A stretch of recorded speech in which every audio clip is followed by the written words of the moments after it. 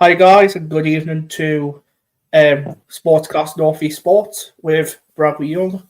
Alongside me is my co-host Fez. Good evening, Fez. Yo, what's up? How you doing? So, what's the point of today's video? So, exactly what I'm going to say now before we start. We do apologise for the bit of delay in the videos. Bradley here has been a bit poorly. A little bit. But mind you, aside the point from that, we're back with a video in a Sunderland preview against Fulham at Craven Cottage at 3 p.m, which is not legally streamed. So, Brad, how are you watching the game? Oh, I don't know, to be fair. Probably I watching know. Angela. So just for moderating reasons of the safe online stuff, we can't get the game. Oh, I know. unless guys, right? They get one of these and hook up with the guy. Otherwise, I tell you to don't bother watching it.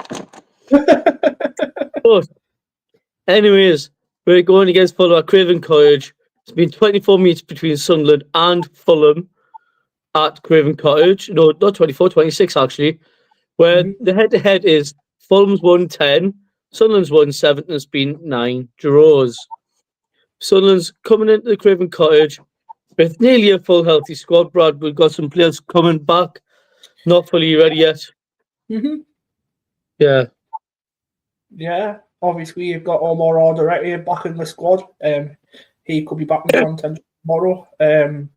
Obviously, you got Remain Mundle, who played 45 minutes last night. Obviously, not prepared to come back. York Circles.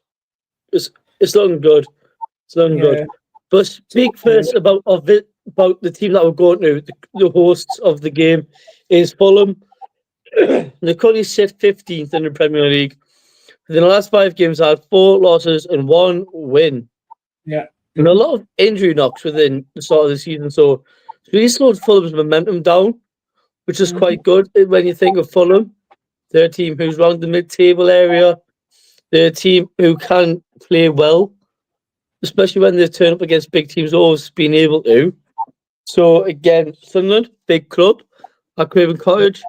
Do you think Fulham might have the home advantage a bit for their fans? Because their fans are very passionate.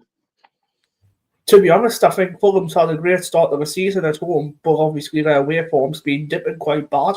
And that's It's been absolutely woeful. And that's how they're in that position what they're in now. Yeah. Obviously, Fulham's got some players out. Like I said, they've got Rodrigo Muniz injured and Anthony Robinson injured, which is, sad for them. But they've had a midfielder, Sasa Lukic, suspended from his last Premier League meet-up, where he got 2 yellow cards, which resulted to a red. Bit of a risky challenges. Fulham is one of them teams where they'll give us a rough game. They will. They got the players who were played against before, like the Sander Burgess in the championship and all that. They got them kind of players that were played against before who probably might say Sunderland as, oh, we've done this before. But we're a completely different side. Yeah. And obviously as well, you've got like your Emily Smith Rowe in Fulham now. You got Harry Wilson on form. Then you got that young lad King. That young lad came through the Rising Academy thing. He's been amazing. And not just that, they've got the proven goal scorer, Raul Jimenez, the Mexican centre forward, who can score goals. This is a team that we really should not go into this game complacent enough. But mind you, though, within the past few games I've noticed from Fulham, they've got Alex Iwobi, former Arsenal winger, really rapid player he was, really good. He's been starting to sit deeper with Sander Burgess in that midfield role instead of the wide position, so Wilson can start. Well, but not Paul Wilson, Harry Wilson. So what's your little bit of revision on Fulham, Brad? Hi all. Good evening, whoever that is. Hope you're well. No. Hi all. Hi, no. But yeah. I think I'm in the wrong podcast. I support Newcastle. Well, if you want to listen, you can listen, but obviously we do a preview very soon for Newcastle in the next couple of weeks, so if you want to listen to that one, you can as well. Paul Wilson, evening lads, hope you're both well. I'm grateful yourself. Yes. Thank you, Paul. I'm just hanging in there. So yeah. Anyways, back to obviously what you were saying before, my research on Fulham. Obviously what you were saying before, that obviously you've got Rodrigo Muniz who will be out tomorrow injured. That's research that one earlier as well. Obviously that lad suspended as well. 2 daft challenges, 2 yellow cards in that game. So if you look at it, it's obviously as well, Fulham aren't daft mugs. They are great at home as well. So, and obviously away from home, they have been quite bad at the minute. Yes, lads, excited for 2026. Talking in 2026. Is that when Sunderland get Champions League or Europa League, or is that me just stepping up too high there? Who knows? I'll mention something about that later. If this story's on here, I'll have to say something.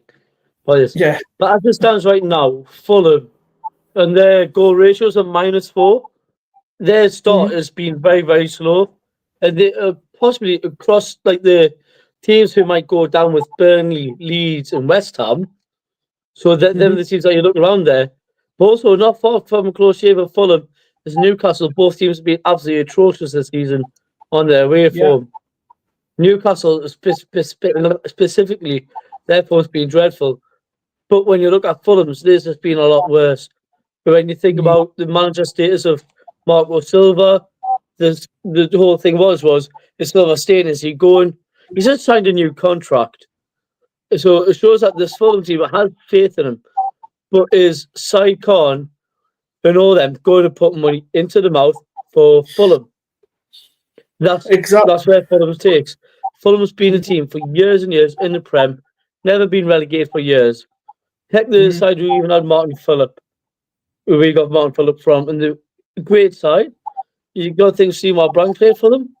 This is a great side at one point. Paul Wilson's saying fair enough. The Wagon just signed a new deal, but he will be under massive pressure. I totally agree with that one, Paul. I totally agree with that one. The thing is, it's like Marco Silva is a manager who could get into any other job if he wanted. Again, I think it's just purely down to the players. With Fulham, the Fulham has been where you look at the squad of who they have. Raul Jimenez, the Adama Traore, the Kevin Neverton, who's the young Brazilian, came from Shakhtar. He's a brilliant player. He is rapid and skillful. Then they got that Josh King, the centre midfielder, the young lad. As mentioned there, they're 4 top players. And that's the players that we should look out for, really. Then you've got the Anthony Robinsons and the Warbies and the Harry Wilsons, the Calvin Bassies. Bernd Leno's still there. Samuel Chukwueze from Villarreal. These are not nobodies. They are good players. You got the Tom Kengs, Ryan Sessinongs. This is a side who's been established. And because it's still early days, you can't write Fulham off. And you're coming against a team like Fulham, who can't give us a hell of a game. And they play a very, very similar setup if we play 5 at the back. Now, I think that we will be stupid enough to play in that system. So we should try being a bit more, our approach a bit different. Yeah. Like I said, though, because obviously the point of won't be down in a deeper position because his pace might be dropping off. But he's naturally a forward, so they got a goal there. And think about the last time we saw Alex Iwobi score. We played Fulham in a cup game where we were in the championship, and they beat us when we only won, and he scored. These are players who are good, who know what they're doing. They're seasoned professionals, and we've still got a lot of youth.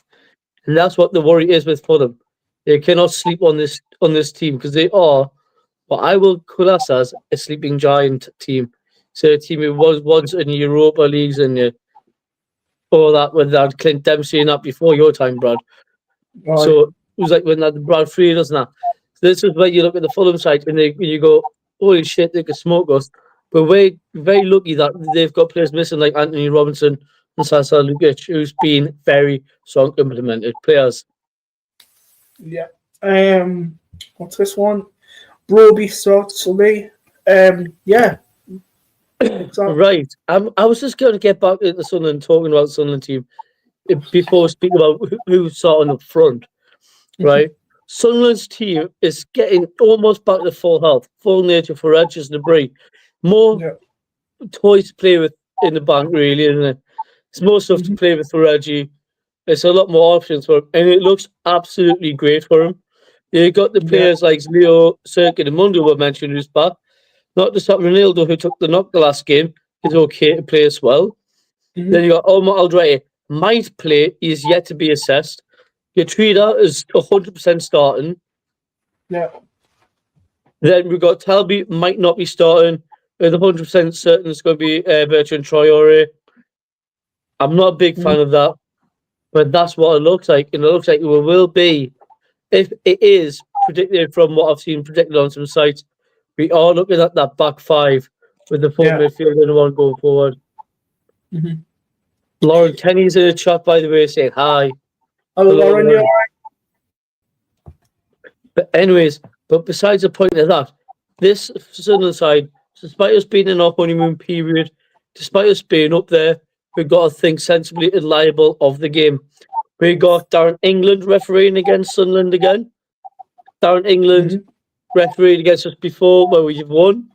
He's been a fair, balanced referee for us, Darren England. So, again, just don't see how he's going to perform for us as a referee.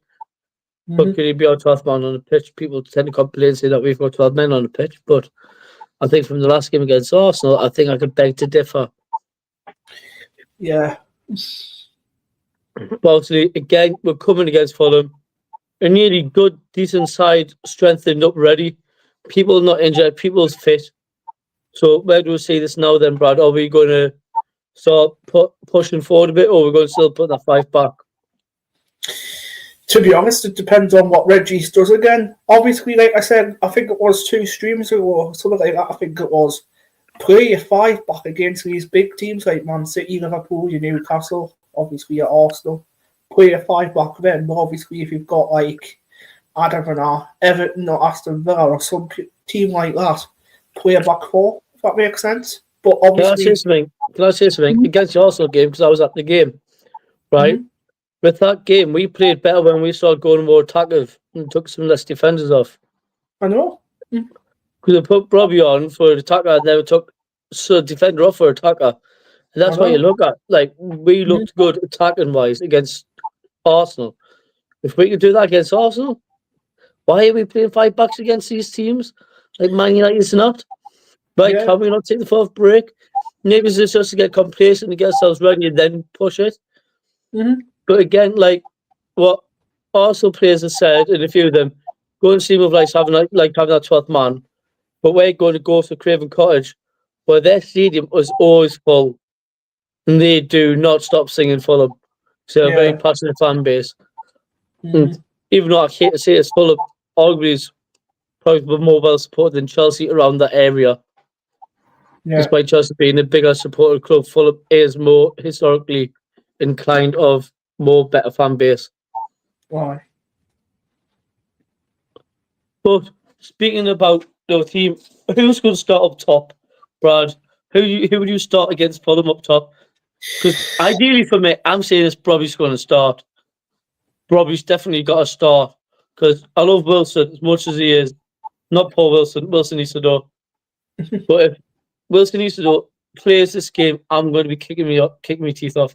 Because a player like Brian Robbie should be starting fluently every single week. Especially if he's playing with the physique and stature that he's playing. He's a guy who's winning that ball, hold up play.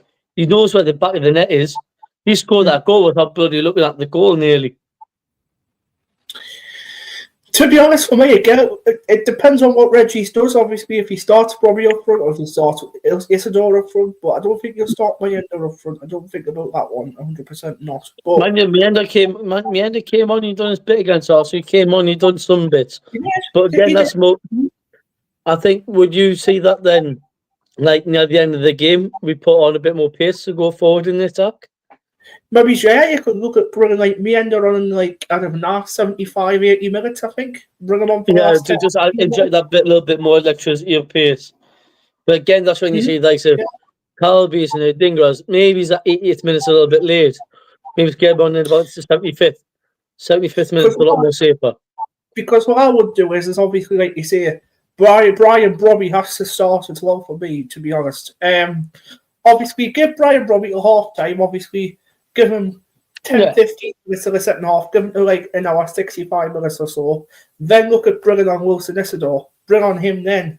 Obviously, like for like, then bring Isidore on then. If obviously Brobby's not doing anything. But to be honest, would you take the chance to start Brobby? 100%. I would. Yes, you would. Like anyone who would not stop Robbie must be off the tits at this rate. Because when you look at the player like how Robbie's playing, it's not what he does all the time. Because he's not the consistent striker what we think he is. But it's a little bit that he does. The little bits that he does. Because he's that biggest, bulliest centre forward. Defence are going to collapse onto him so much. And that's going to open up opportunities for other players to take them shots. Yeah, he's that centre forward that we've been begging for, really. He's a centre forward who's the next advance, the next thing, yeah. I'm not calling him the Haaland. I'm not calling him, Erling Haaland. Yeah. But he's something there. Like you were saying before, obviously as well, obviously he isn't obviously an out-and-out striker, but to be honest, he's actually good at obviously being physical. He's good at keeping the ball in the air. He's obviously good at obviously holding the ball up as well. So he's not an out-and-out striker. He is. That's his natural position. What's this as well? On a serious note, please can we keep the live chat Sunderland related? If you support another team, that's fine, and you can of course watch the stream, but it's a Sunderland stream, so keep chat related. Exactly. Keep the chat related. Love that. If you support another team, obviously, if you support Fulham or something like that, come and watch us. Why not? Come and watch us. But obviously, I don't mind any really, because again, it sparks the whole conversation up. But you were saying, like we're saying now, is like we're looking at the whole centre forward scenario. We've got 3 centre forwards, and that's the only things that we have to offer. Maybe Abdullah if we are desperate. Yeah.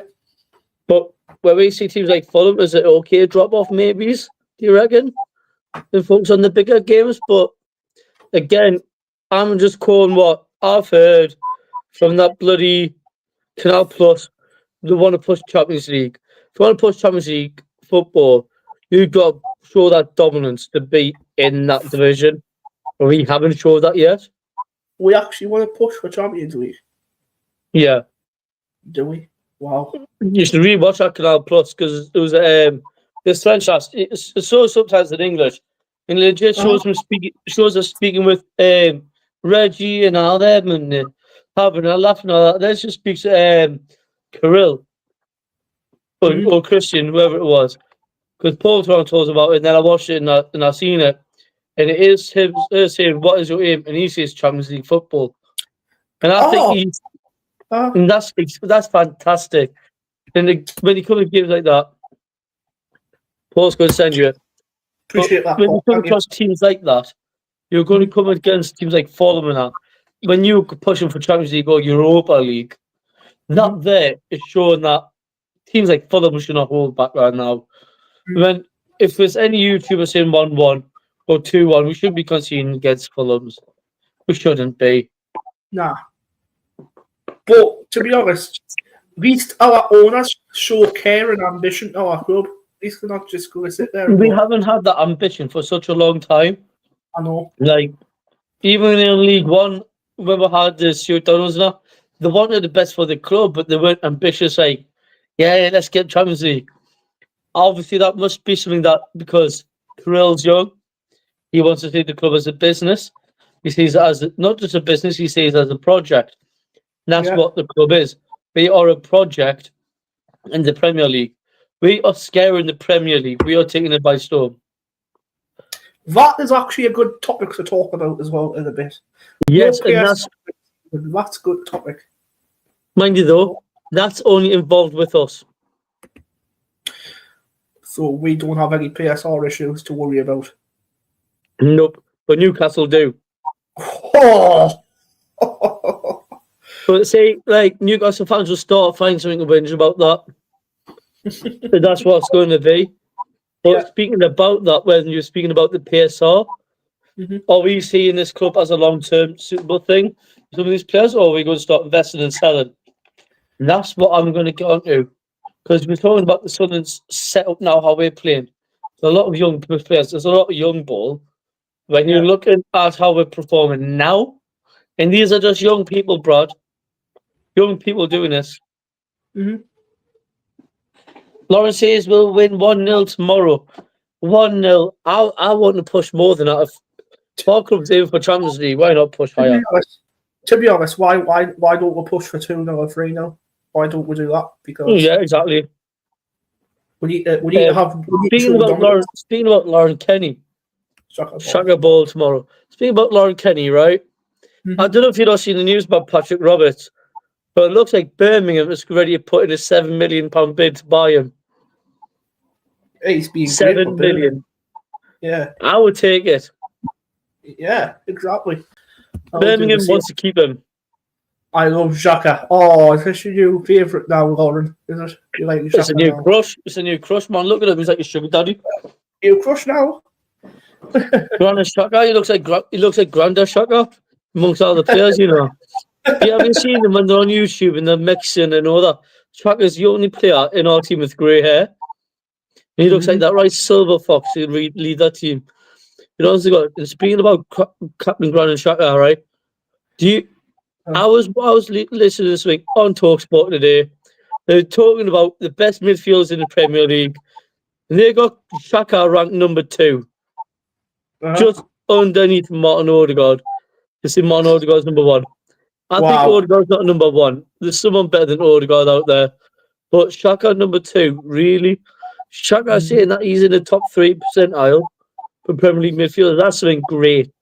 And then it's not just that Nori McWade is in the top 10 players in the Premier League. Close down Ballard. What? It's Dan Ballard as well, isn't he? Is it Dan Ballard? It's Nori, Roos, and it's Roos. Yeah, Roos, sorry. Yeah. So again, and as well, listening to TalkSport, listening to some stuff and looking at stuff online, everyone's praising all the players on the pitch. But there's one person we've got to really, really be thankful for, especially when we're coming against teams like Fulham, who will shoot the ball. It's Robin Roos. If we weren't for him, we would not be in the top 4. We would be more or less bottom 4. Definitely not. Nah, I agree with you. If we have Patterson in goal, obviously I think we'll be fucked. It's not just that, like, I think Patterson might do all right, but again, it's nothing to do with the Pato. It's down to, you know, down to see how we perform in general, Brad. That's what it is. Yeah. But anyways, speaking about Sunderland and progress, news flash updates on Sunderland transfers. Yes, guys, it's the middle of November now, but all the January transfer rumours that's coming flooding in. I've had loads of players from Fermin Lopez to a potential new goalkeeper coming in, Matty Young recall and all that. But there's been 4 key movements behind the academy of Sunderland pushing for 4 players. It was mentioned on an interview with Reggie, it might be 2, but it's been confirmed from other intel that I've been told. Sunderland's pushing at 4 players, looking at midfielders, 2 strikers, and a defender. Oh. So we're looking at 2 strikers to add. Mind you, I'm saying this now, with the team and the togetherness we have now, we've got to be careful in January, Brad. Yeah. We've got to be very careful on how we tread with our recruitment. Because if we do one thing, if we get the one wrong player in the dressing room, that could change the whole dressing room. So we need to be very, very smart. And the one person Sunderland's been linked with, Sunderland's been in battle neck and neck for Newcastle within the past couple of weeks with Lazio midfielder, former Arsenal midfielder, former Shaka teammate, Matteo Guendouzi. Guendouzi has been favoured for the Sunderland move during the summer, but however, Reggie Lebray and the club has reignited the interest for the French 30-year-old midfielder. Yeah, he hasn't refused the move. He hasn't refused it. So Reggie. Nope. So, Newcastle's looking up to pay around about 18 million. Sunderland's looking to pay 25 million. that's interesting. Reggie spoke to him midweek. That's very interesting. That's very, very Right. interesting. And other intel as well on news. Sunderland's looking at young Spaniard striker, teammate of Spain under 21 Liza Mienda, Goncalo Garcia, but he's not coming cheap. He's looking at a region of £30 million plus. Sunderland looking to buy him on a permanent. The only 19-year-old was the World Club Cup top goal scorer that it comes across the Sunderland, Crystal Palace, Leeds, and West Ham are looking at Goncalo Garcia. Recently, Aston Villa has just thrown the hat in from Unai Emery, where it looks to be that it could be a 4-5-6-way battle for the young Spanish striker in the region between 30 to 50 million pound. Ooh. So I don't know. Did you watch the Club World Cup, Brad? Is that the one with Chelsea? Yeah, but Chelsea won it against that Brazilian club, right? Yeah, I watched it. That was brilliant to see some breakout players. I think Paulo Garcia looked like really, really good, especially when you think of how we're going to push forward and how we see things going. Yeah. And if we want to do that infrastructure of signing young players and bringing them to thrive forward, Paulo Garcia is that guy, but he doesn't come cheap. Hello, Reese. You're right. Hello, Reese. And mind you, in another big move, right? I'm a big fan of this one. We said Sunderland's turning to Mexico. Hola, Mexico. Hola, Mexico. Hola, Mexico. Right. Me no speak English, ni from Mexico. Guadalajara. Sunderland's looking at Guadalajara-born Mexican centre-forward from AC Milan, Santiago Jimenez, who's been spotted speaking to Florent Gazolfi during international break. Santiago Jimenez went to AC Milan for the region of 40 million. However, the young Mexican has not been settled in Italy, being favoured moves to Man City and Arsenal and Tottenham and Man United before the Mexican centre-forward, who's got the best goal tally in Europe within the past 2 years, has been speculated with the £21.5 million move to Sunderland on a 4-year deal. Bloody hell. Yes. And then the last one, Sunderland looked to add in a new left back in the summer last season alongside Masuaku and Ronaldo. However, with Masuaku's arrival, Masuaku is unsettled and unhappy at the club and looks to move back to Turkey. Serkin is declared to be fit, might not still be the next best option, as Sunderland look to target Melvin Bard from OGC Nice again. Is it Bald as in B-A-L-D-E? That one. No, Melvin Bard, B-A-R-D. Or B-A-R-D, that one, yeah. Not Baldy. Baldy plays for Barca, you bloody sausage.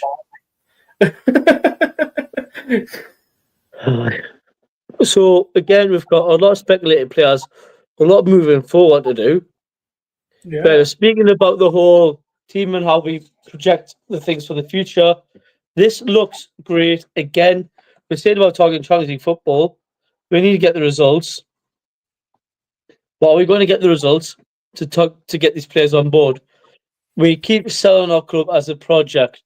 And if we're going to be pushing for that, yes. And Paul says Gasolfi's also spoke to teams regarding Afcon to see if we can keep them for the derby also. Well, yes, because it's a week after. That is exactly what's being mentioned, because we're looking at the Diarra might not be going. Yeah. So he's going to be back legit 2 days before. So we put him going to Afcon.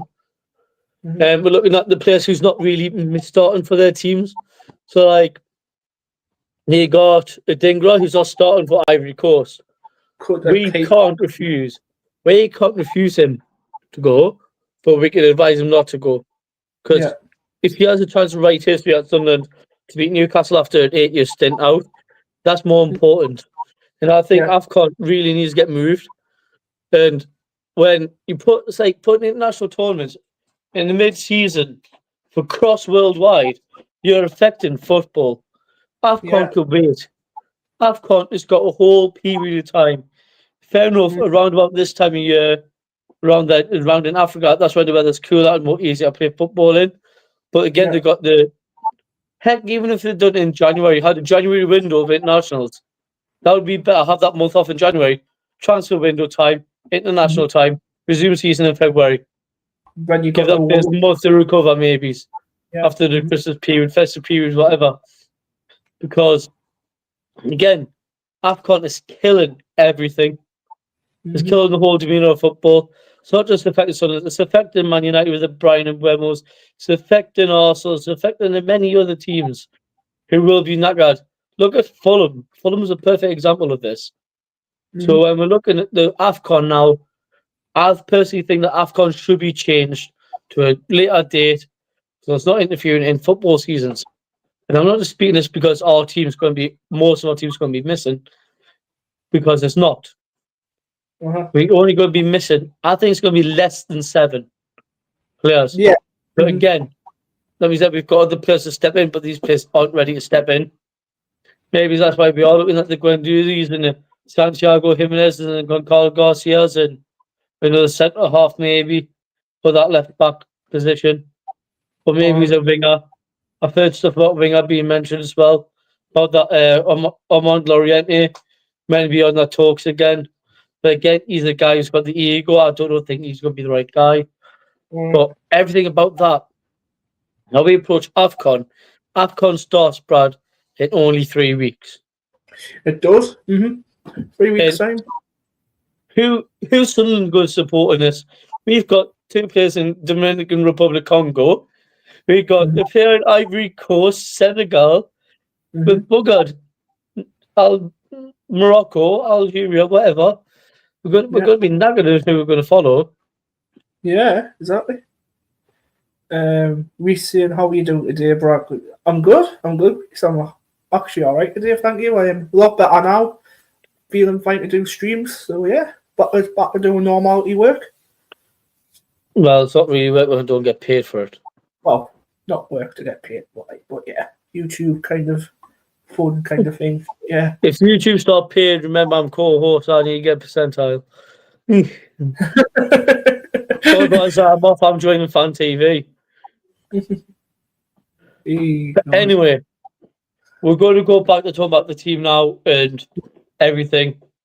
I think this is going to be like an hour-long live, guys, because we're hitting every single thing that we've probably noted down, really. Yeah, because we get detail. And to be honest, right, I've been in writing detail with everything recently, guys, so you're in for a treat with me. So, again, we're looking at the team of what we might play. Brad, have you got your predicted starting lineup? I do indeed. Yeah. Okay, you do yours, yeah? Yeah, I'll do mine. Comment, mention out, yeah, who you'll start, yeah? Yeah, I'll mention it now if you want us to. I can talk about it. Go on then.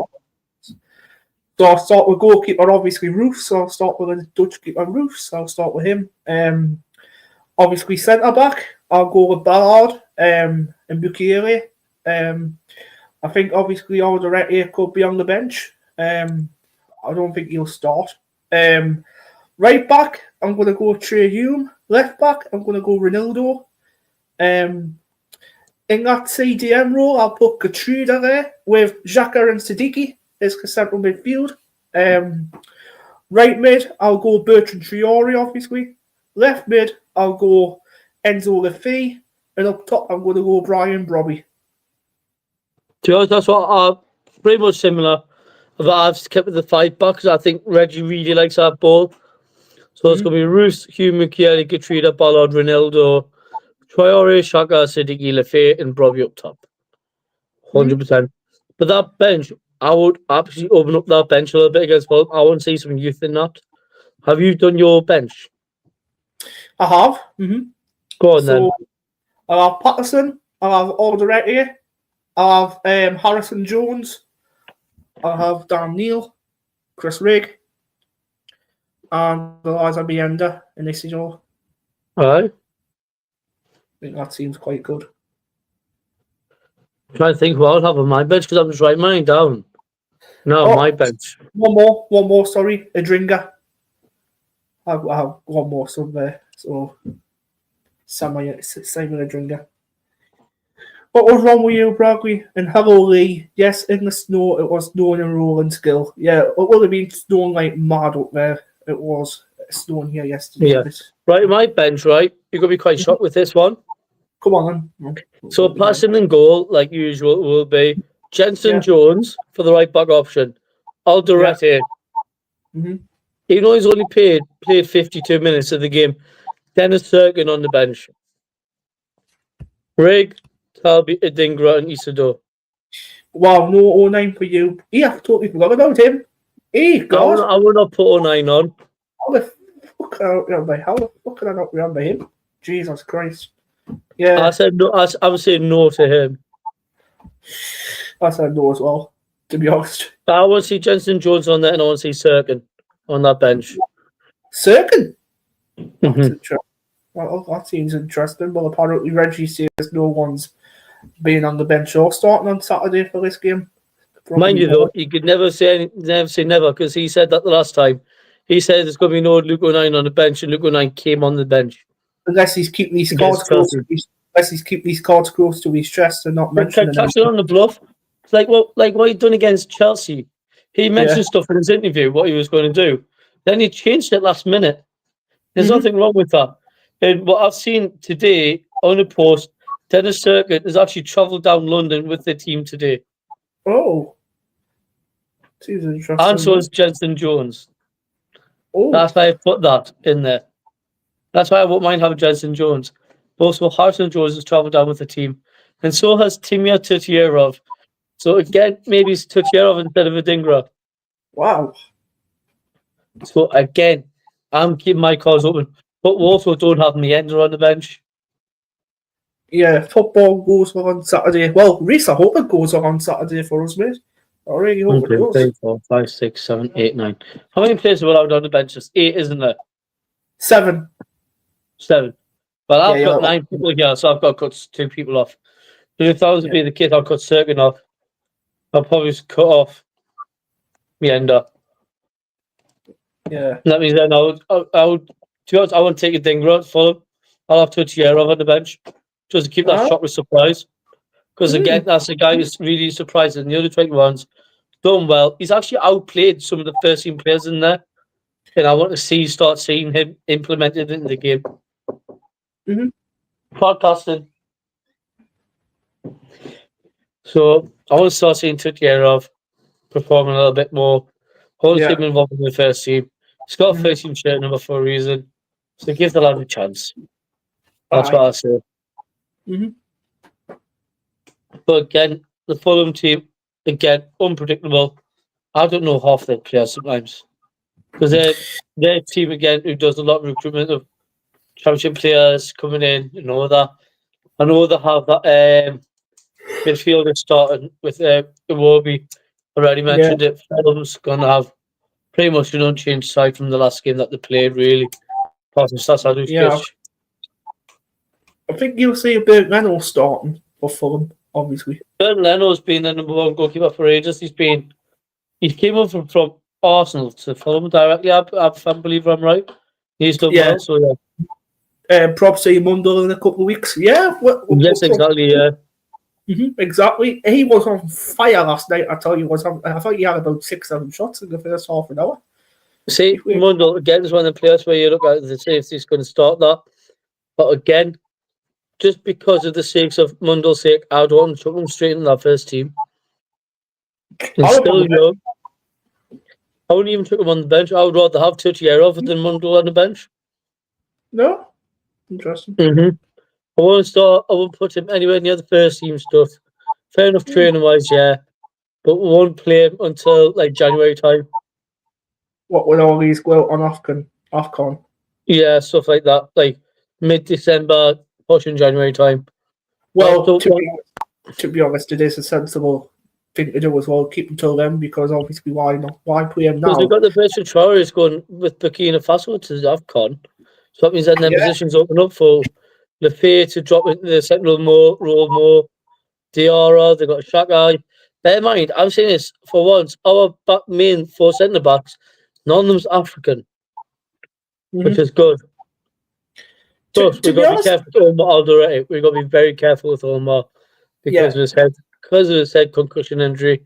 He took a very bad one, and you've been very careful with him. I'd rather have him on the bench. But it's all up in the air, mate. It's all up in the air.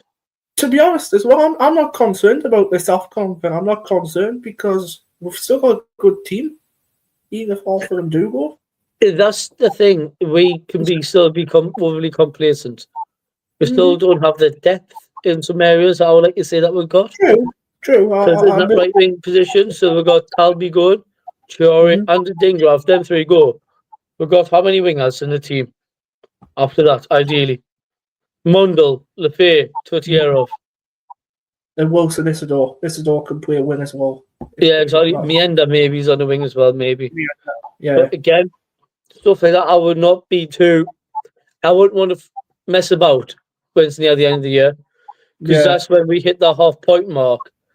And that half-point mark now, we've already got 20-odd points, 20 points or something like that. So already hit that halfway mark with 40 points now already. If we can re-push onto the 40-point mark, depending on the December run of games in this game, because these games coming up could determine if we are staying up, definitely. I'll tell you something now, right? And it'll determine if we're in the top 10 side. I'll tell you something now, right? If we hit the 40 mark near the end of January or the middle of January, I'm not thinking about the Champions League or Europa League. I think we're confident that we could get it. That's the point, and everyone says, I think something hitting the 40-point mark.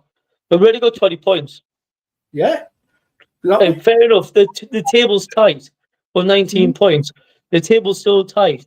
But despite us, if we get to that point mark, then we can start going, we can maybe push for Europa Conference or Europa League.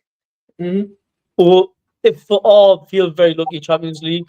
If we're pushing them. Again, you're looking at it all with Sunderland, Europe, really. If we go into it in our first season, our second season in the Premier League could be a disaster. That's the problem. We need to approach it right. That's what I've said for years. That's what I said at the beginning of the channel. Sunderland to Europe, the transfers that were done, I mentioned in every single live. Europe and Europe and Europe. But ideally, Europa Conference I won't care for. I won't mind. There's Paul going hashtag let's get carried away, man. That's right. I would say get carried away, but again, it's scary to think about getting carried away at this point in time. It's still November. We're only 3 months in. We've got until May. Even Reggie says we know in this Premier League that we can't play an easy game. It doesn't exist. That's what he said. Exactly. Reggie said that, and we know that. We want for years of us being out the Prem. You can't sit there and say you haven't watched the Premier League and going, we are going to be shit in the Prem. And you never know what comes. You never know what comes into that division. You seriously don't. And the thing is, everyone's building that hype about something now, right? You've got other YouTubers talking about it and everything. And the worry is that, it's great. What happens when we start hitting that wall? What happens when we start hitting that point where we can't get any better? And we are stuck in that position. So what happens if we go into Europa League next season and we're stuck at 10th or 12th, 13th the season after? Then the fans are going to start hating on Regis because he's had a good expectation of the first season. That's why I'm saying do not get carried away. Don't get carried away, because what happens then, you build expectation. Yeah. And Brad, do you think that you can take the expectation of that? Yeah, totally agree. I wouldn't take the expectation straight away. Because again, we've still got some big teams to still play. Man City is coming up soon. That game, get prepared to turn around and keep your pants down if Haaland's playing. Because if we switched off against, Saka and that goal from Trossard, imagine Haaland, for Christ's sake. Yeah. If we're switched on, it will be a totally different game, though. But We're playing teams who are not easy to play against, but they haven't got goal scorers. Not a number 9. We played against Arsenal without their number 9 striker, Gyökeres. We played against Man United with a solid number 9 or proven number 9 in the Premier League. Again. Where he played against Chelsea, who their number 9 isn't a number 9. He's a wide player. He's a wide winger. So we're coming up against a team and we're playing like some Man City's with an established number 9, a talisman goal scorer who's a target up front. Then you got Liverpool as well. Liverpool's got a number 9 up front as well. I think they've got you. Yeah, they got Hugo Ekitike, they got Isak. We got some Isak. brilliant. I think we've got Liverpool coming up after this game, don't we? You know, we got Bournemouth after that. Then Liverpool. Yeah, but again, Liverpool, it's been our first fixture in December. One of our first fixtures in December. That's a Merry Christmas part-handing that we're going to need to get. Unless if we play how we played against Arsenal, we are not going to repeat that every single time, though. Are we, Nelly? No. Well, apparently, today, I know it might not make any difference, but Liverpool's right back, Conor Bradley, is out currently.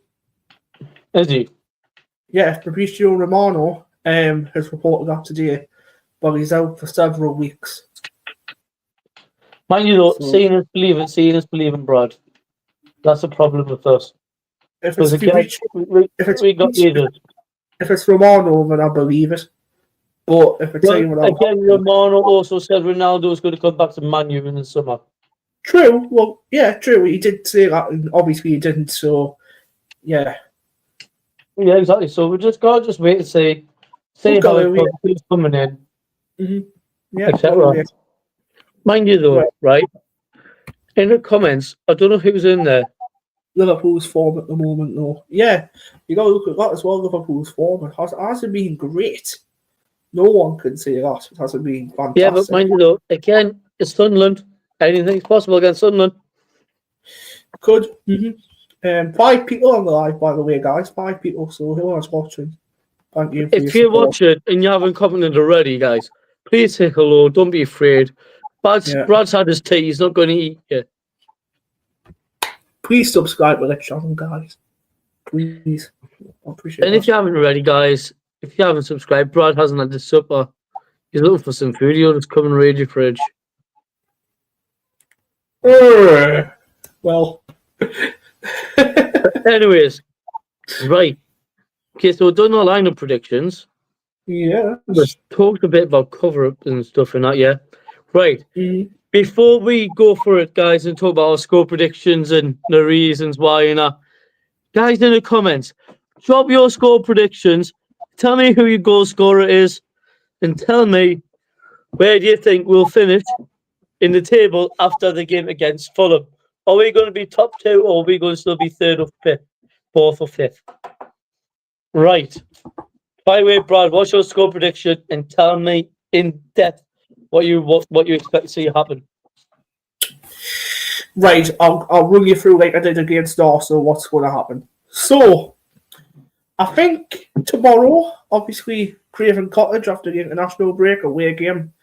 Obviously, Fulham will be up for this as well, obviously, because it's their home ground. But there against, it's Sunderland. What can Sunderland do? It can spring up a surprise at any time.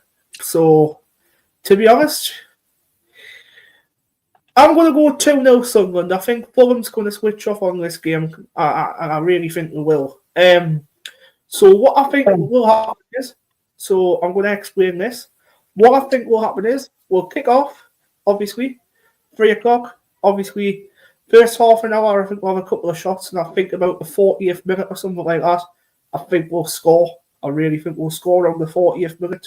Then, obviously, don't know who the goal scorer is going to be, though. Probably, if I had to say a goal scorer, I'd probably say Brobby, obviously, if he starts. When half time comes, obviously, a minute or two probably be added on to the last 3 or 4, who knows. But when second half comes out, obviously, I think we'll keep the 1-0 for quite a while in the second half. And then I think after, God knows, we could score in the 92nd minute, I think, again. Probably be till the end. Obviously, we'll score that second goal and we'll kill the game off. And I think, obviously, for that second goal, I think Talby will score it. So, Talby. Yeah, Talby. I think he'll get the goal. this week. No reason why, I can't obviously explain it, but I don't have a reason why I think he'll score, but I think he's going to score. And what's happening in the comments? Paul says Fulham 0, Sunderland 3. Bobby, Ballard and Hume, and we will still be a fourth at full time. Oh. I'll be impressed with that if that happens still. Full time with the 22 points. Mind you, I'm going to say this for mine again. I'm being a bit ambitious with this because I want to see something different. So by half time, we're going to be 1-0 up. It's going to be like a little tap in for Bobby.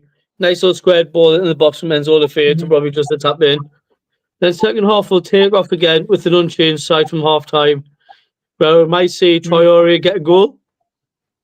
I think Traore might have a decent game against Fulham. So Bobby and Traore. Then coming off the bench, you'll have the Isidoro Tuchierov to replace Enzo Lafayette. Or Traore. Tuchierov to replace Traore. Calby to come on for Enzo Lafayette. The ball's played up top to Wilson Isidoro. The ball's lost. Lafayette's got the ball in possession. Not Lafayette, but like Shaka's got the ball in possession. Tutierov's in right place, right time. 3-0 Sunderland. Tutierov to score the winner. Sunderland to be third. Sunderland to be third by the end of the weekend. Tutierov will be in the paper because it'll be a good goal. But I didn't say where Sunderland will finish after full time. I think we'll finish third as well. I agree. I think third or fourth, one of them two. But yeah, don't think top two. Who knows? Mind you, if fixtures go our way, we could be second by the end of the week. Let's get carried away. Let's get carried away. But mind you, guys, while I'm on the channel, away from football side of things, right? I'm going to speak heavy on this because there's a lot of things on TikTok. Because obviously you see me, I'm on TikTok with Fez on TikTok. But a serious note, people's doing this daft little colour emoji stuff on the profile pictures for mental health. First of all, if you want to get the colours right, it's blue for men's mental health, not green. For purple, it's not purple, it's pink for women. So get your colours right for starters. And please just stop doing this because it makes you look stupid. Honestly, God, mental health is far more important. And I was watching something today and it really got me because it was a football fan who really had nothing away from his football. He went to the Sunderland games and everything, right? But away, he's a Sunderland fan. I'm not disclosing about who it is or what his name was because it was on TikTok. And he legit has nobody. His mental health was awful. He nearly jumped off the Weir Bridge. And the police had to stop him and everything. He's going through a lot. But he said his faith is in the Sunderland Football Club. He always bleeds it and all that. And guys, honest to God, if you are going to abuse the ticket office and abuse the club for the games and you're not going to show your support, guys, how I think about the people who've been bleeding this club a lot longer, who go to these games to escape their mental health. That's their escape from everything. And you're just going there to take a selfie and then not watch the game and leave the game at the 88th minute mark. Please don't come back to the stadium, Mud Light. Please, because there's some people out there go to these games to escape the harsh truth of their reality where their mental health is awful and it's really off the rails. And just to think, right, where that person might miss a Sunderland game where his health is on the line, he could be off that bridge. He could be off that pier. Only because your selfish need of wanting to go to a game yourself and that person's dying for that game. And if you're going there just to show for 20 minutes or 30 minutes, and I've actually seen it, Brad, and I've seen it at the Arsenal game, where fans still leaving the game at half time after taking the picture there, seeing that they've been there. And these are people what you call season cards. There's some people are season card holders, some people are not season card holders, they're just general ticket sales. But again, the club is a faith, it's not a team. It's a faith. It seems like a church. People pray there. It's a way of escaping reality. Football mental health goes hand in hand. And honestly, God, please be considerate of who you're sitting next to at the stadium as well, and what you're saying, because you could be very offensive to someone, which might tip them over that edge as well.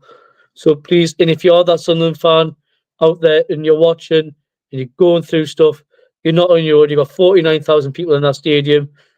Don't be afraid to talk and speak to someone, and don't feel alone at the scene of like, never do. It's the No, home. The home, never feel alone. Everyone's there for the same. Everyone's there for the same reason, for the love of the sport and love of the club. guys, just don't just make it a home, make it family as well, because this football club's like a family. It's a family Yeah, run. Yes. it's because you got to think of where this club came from, the origin of, and all that. It's far more than what people say, and you never know what people's going through in any life in the stadium. And you could be you could be standing or sitting next to someone who you might not see next week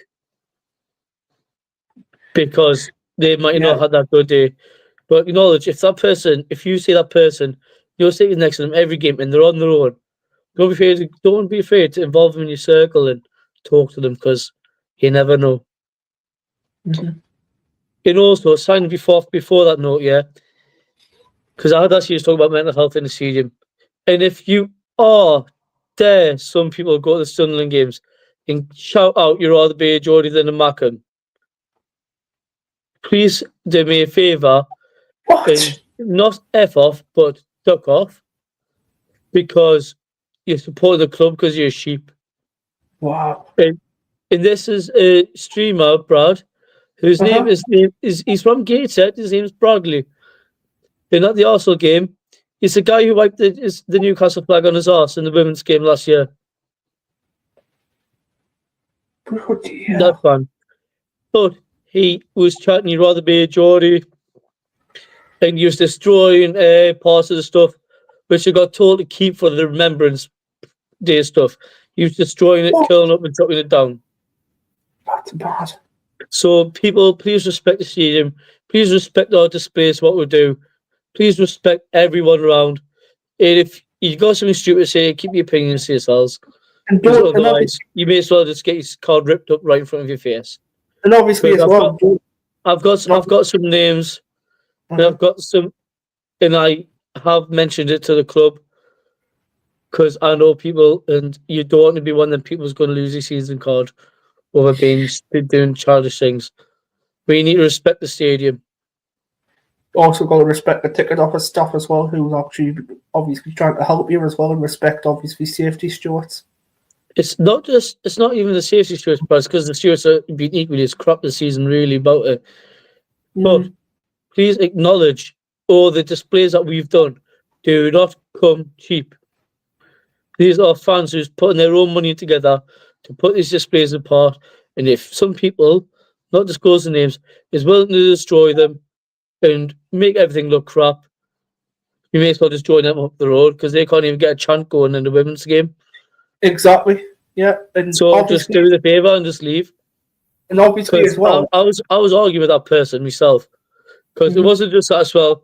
During the 2 minute silence during the game, he was sniggering and pointing at people. Like, oh, show the respect.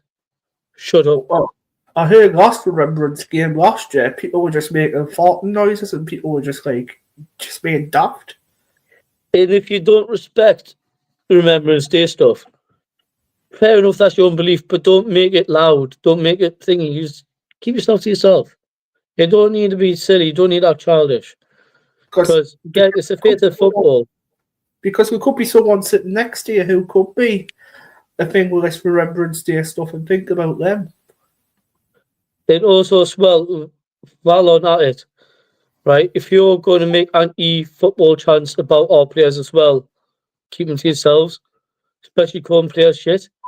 Because, again, the same person who I'm disclosing about, who'd vandalised the stuff, who also wiped the flag with the Newcastle thing, and quite embarrassing, was also chanting for Talby to F off and leave. Fucking He hell. doesn't like him. And if you're not going to get behind the lads and not get behind the players, just do us a favour and start off. There's no point picking favouritism. You can say someone's not as good as the other, but it's pointless bullying, harassing, because what do you do to the player's face? Would you, Nelly? No, I love Talby as well. I think Talby's one of them players who actually are really, really good. Yeah. It's just causing them got a lot of shit. But mind you, though, I'm just signing off with this now. It's like everyone get behind the lads on tomorrow. And people are all going down to Fulham at Craven Cottage. Get behind the players. No attacking bollocks. No vandalising areas. And be loud. Make a chant. Make a chant or two. Because, Brad, honest to God, I think by far the worst team I've ever been to, right? I got invited on the weekend to go to the Sunderland last game against Newcastle, right? Fair enough, I got stuffed. But honestly, God, St James's Park, it's a bloody crap hole, right? And the thing is, they don't have luxury stuff there. They don't have bins in a concourse. It is a solid ground from outside going through. So there's none of the nice line-up flooring like what we have. There's no space for a lot of people. The turnstiles, Brad, you won't even fit through. God. It's a really tight squeeze. Right? And if people want to start respecting our stadium, respect it, because just think it could be a lot worse. It could be at St James's Park. Be nice, yes. It'd be nice to see you back, Paul, on Monday. It'd be lovely. Yeah, it'd be nice to have you on, Paul. Then, Paul, then you can tell Brad how crap St James's Park is going in there. Because honestly, God, Brad, I'm going to have to say this, right? Just because I love taking the mick out of them, right? But honestly, God, I think this is a cherry on top. They come this stream of light. You see the stadium, you get the butterflies, you get the glimmer of hope. A lot of fans, away fans, has been. They say it looks nice inside the stadium. We've got nice things and nice stuff. The bars look nice. They offer good drinks and all that, yeah? St James's, right? I went in. First thing you go through is the turnstile. Brad, the turnstile is like the width of my computer chair I'm sitting on. You have to turn on the side to go through. You have to twist your backwards to do that. And imagine if you're like, you know, if you're on the heavier side like yourself or whoever, you're not going to fit through. Your legit body parts are going to stick through like a SpongeBob episode. You know that? It looks, mate, then you're stepping through. And it's not the most pleasant smell. You go to the stadium, you smell the pies, it smells nice. All that. The first thing you smell when you walk through the door, when you walk through each turnstile, there's a bog. It smells of piss. Oh. But it's not that. Across the ground, there is a nice, lovely drain pipe going all the way across, covered by a little gutter. Just going all the way around. And not going to lie, this is what I'm going to say this now. St James's Park's been top soft drinks. Yeah, you're not allowed to have a plastic thing on the bottle of the Sprite. You got to take the full lid off in case if anyone throws anything. Honestly, the security was stupid. And then people say, "Oh, Stuart's is rubbish at Steam of Light." Could be a lot worse, right? Imagine chanting, singing, getting behind your team, and the stewards are giving you filthy looks. Then two stewards went up to a group of lads, turned around and told them to stop it, be quiet, and all that. Then when they moved, they were staring and they got security stand directly down the bottom, just pointing fingers at them and telling them to stop chanting. God. Sunderland fans. These were Newcastle fans, Stuart. So it shows the point. And as well, I'm just going to have to say this. Their half-time interval was absolutely atrocious. They got these girls going on with the mascot dancing and trying to get the fans to dance and you get a free T-shirt. Oh my Newcastle's sort of a dire disaster club. They have to give away free memorabilia if you do a dance. It's like I know a fucking kids club, mate. It's bloody absolutely atrocious. And then as well, like, I'm gonna say this, right? Thank God our children in the Steam of Light are very well mannered and they stay like children. They keep their mouth shut and only sing when they're chanting, yeah? You do? Right? Yeah. Because it was me, Paul, Michael, and a couple of other lads. And there was some lasses in that in front of her, and they were just talking wearing that. And there was a guy who was with, and you can see kids like 6-year-olds sticking their fingers up, come with four-eyed freaks and inbreds and all that. How the hell did they get that potty language? It's like Benefits FC Newcastle. It's bloody awful. Exactly. But we just gotta but mind you though, you gotta praise our fans as it is already as it is. They've been amazing this season. But if we just keep doing what we're doing, none of the slagging off players, get behind the players. No, just don't be a dick. That's what I'm saying. Just don't be a dick. Bring the good atmosphere, guys, what he's been bringing every single time. Because the atmosphere, a few times, when I've been working at everything, you hear the singing. When I was at the Arsenal game, the atmosphere was brilliant. Honest to God, Brad. You weren't at the Arsenal game, weren't you? No, I wasn't well at all. That one, I wasn't. That one there, Brad, right? If you were at that atmosphere of that game, you'd be going, holy shit. That game, I dropped like a ton of bricks. Literally, I wasn't well whatsoever. I went to Everton.